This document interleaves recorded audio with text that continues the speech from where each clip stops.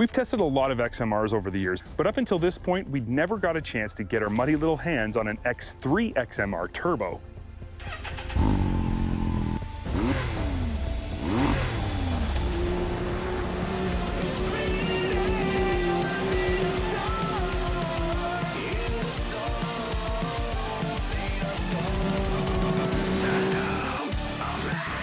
So you can understand my excitement when one showed up in our driveway all shiny and clean, just waiting to get coated in thick piles of swamp chocolate.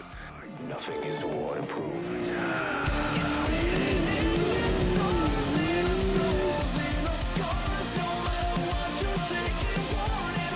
First up, the X3 XMR that we have here is the turbo version, but not the Turbo R version.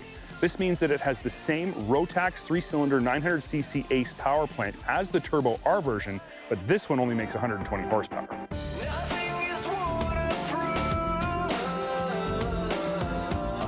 It's not a huge secret that this detune is mostly just an ECU flash, which leaves most people asking, why even do it? And the answer really just relates to dollars and cents. There needs to be a reason to charge more for the Turbo R.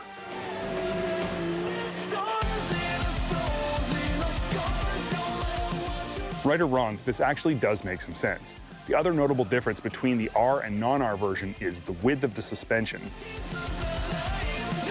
The Turbo R X3 is 72 inches wide and has 20 plus inches of suspension travel.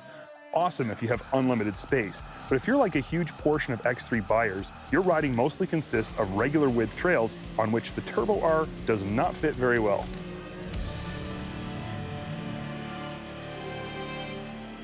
The non-R version of the X3, like the one we have here, is 64 inches wide, and it has 18 inches of front and rear suspension travel. Its rear shocks are also piggybacks, but not remote reservoirs like on the bigger X3. They are all Fox QS3s though, which is awesome, and the adjusters couldn't be easier to reach. All this adds up to a vehicle that fits much better on a normal width trail without a significant sacrifice in travel or stability.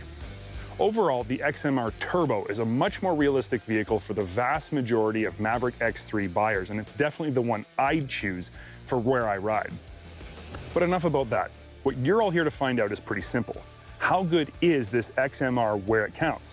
So let's take some time to find out exactly that. The XMR package includes a whole bunch of features designed specifically for riding in the mud or in deep water. The first one you can see here is the snorkel kit, which is mounted above and behind the driver's head. This means the driver will actually drown before the vehicle does. It also includes a gnarly set of 30-inch ITP Kryptide tires mounted on aluminum non-beadlock wheels.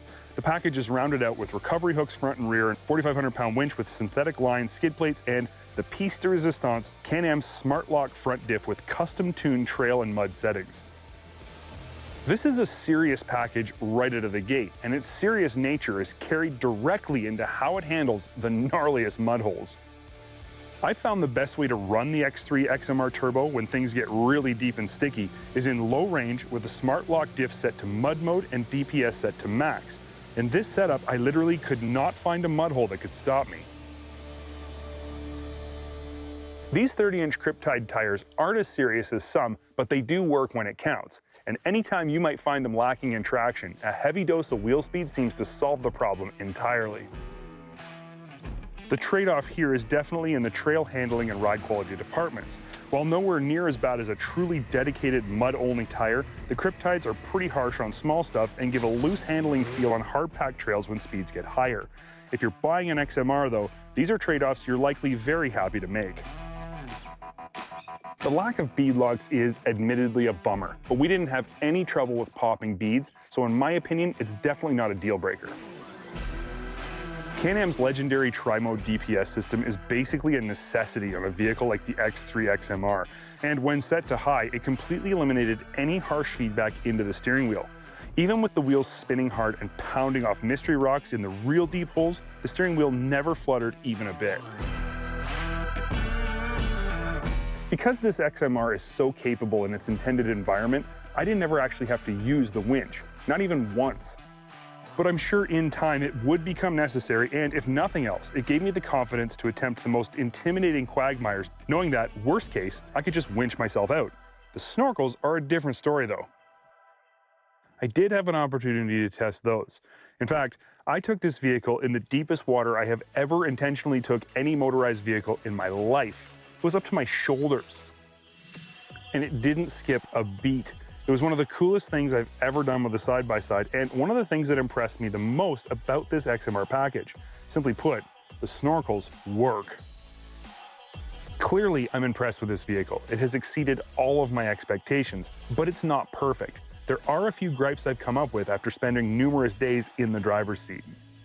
My first gripe is something that is part of what makes the X3 so awesome, but is also a pretty big drawback when things get more technical: the low seating position.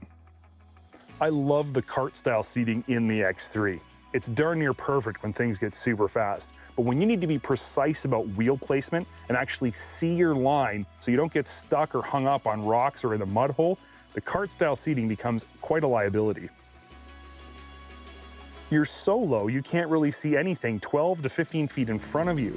You do get used to this, and as I said, this is an integral part of what makes the X3 so good. I don't know if there is a way to work around it, but it definitely wouldn't stop me from buying an X3 XMR. My final gripe is a small one, especially when you consider the intended purpose of this vehicle, but it is something to consider nonetheless. The Kryptide tires are incredibly stiff, as I mentioned earlier, but even set to full soft, the shocks don't do much to help the resulting harsh ride. In my opinion, the softest setting on the QS3s should be 25% softer, so you're not rattling your fillings out getting to and from your favorite mud hole. So there you go. Those are my only gripes about the X3 XMR Turbo, and none of them would make me think twice about buying one, not even for a second. After a few weeks of real-world testing, the X3 XMR Turbo has more than lived up to the legacy set by other XMR models. It's seriously capable, has been seriously durable for us, and offers real-world value for anyone who likes to play in the mud. I do have one final suggestion for Canam though. They should run a promotion where you get a free power washer when you buy an X3 XMR Turbo, because believe me, you're gonna need it.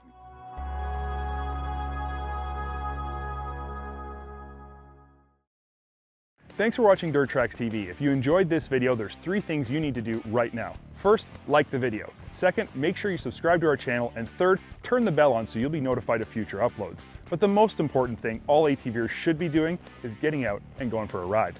So make sure you do that first.